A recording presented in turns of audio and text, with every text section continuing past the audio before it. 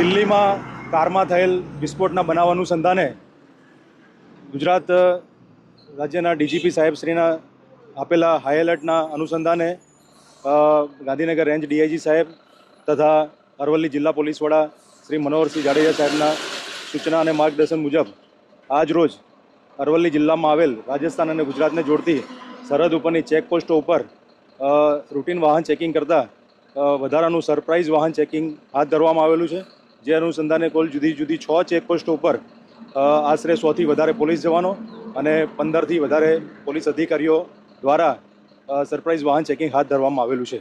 દિલ્હીમાં થયેલી બ્લાસ્ટની ઘટનાને લઈને અરવલ્લી જિલ્લા પોલીસની ટીમ સતર્ક બની છે.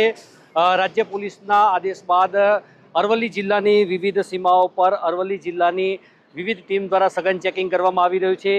એલસીબી, એસઓજી, પેરોલ સહિતની વિવિધ ટીમ જિલ્લાની 10 કરતાં વધારે ટીમ જે છે જોડાઈ છે અને ડીવાયએસપી સહિતના ઉચ્ચ અધિકારીઓની દેખરેખ હેઠળ આ ચેકિંગ કરવામાં આવી રહ્યું છે. એલસીબી હાલ શામળાજી રતનપુર ચેકપોસ્ટ ઉપર તૈનાત કરવામાં આવી છે. આવતા જતા તમામ જે વાહનો છે એ વાહનોનું ચેકિંગ કરવામાં આવી રહ્યું છે.